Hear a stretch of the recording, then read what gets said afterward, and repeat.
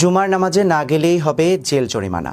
নতুন বিধান অনুযায়ী বিনা কারণে নামাজে না গেলে অপরাধীর হতে পারে 2 বছর পর্যন্ত কারাদণ্ড বা গুনতে হতে পারে বড় অঙ্কের জরিমানা। কোথায় নেওয়া হচ্ছে এমন সিদ্ধান্ত? বিস্তারিত থাকছে ডেস্ক রিপোর্টে।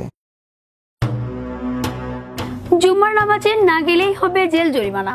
নতুন বিধান অনুযায়ী বিনা কারণে নামাজে না গেলে অপরাধীর হতে পারে 2 বছর পর্যন্ত কারাদণ্ড বা গুনতে হতে পারে বড় অঙ্কের জরিমানা। নামাজে না যাওয়া মুসল্লিদের জন্য সম্প্রতি এমন এক যুগান্তকারী সিদ্ধান্ত নিয়েছে মালয়েশিয়ার তেলেঙ্গানা রাজ্য সরকার।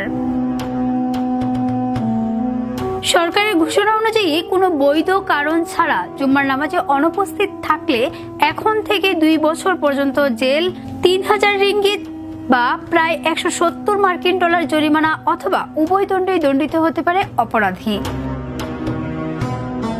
আগে এই রাজ্যে যারা কেবল 3 বার টানা জুমার নামাজ বাদ দিতেন তাদের জন্যই ছিল শাস্তির বিধান।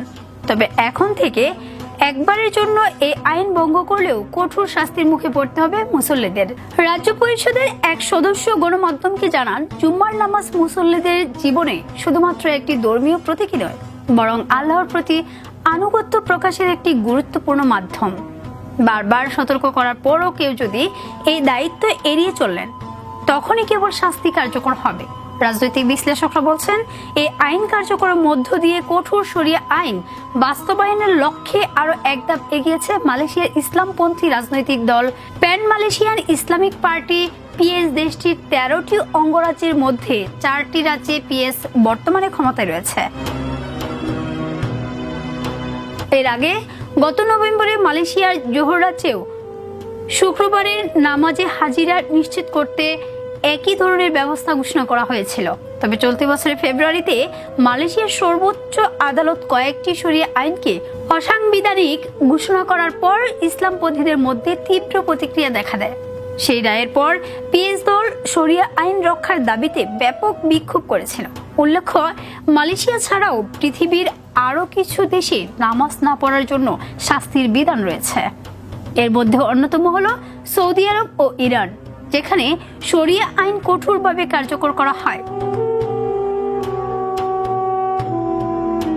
সেখানে নামাজের সময় দোকানপাট বন্ধ রাখার নিয়ম রয়েছে এবং আইন ভঙ্গ করলে জরিমানা সহ বিভিন্ন শাস্তির মুখে পড়তে হবে।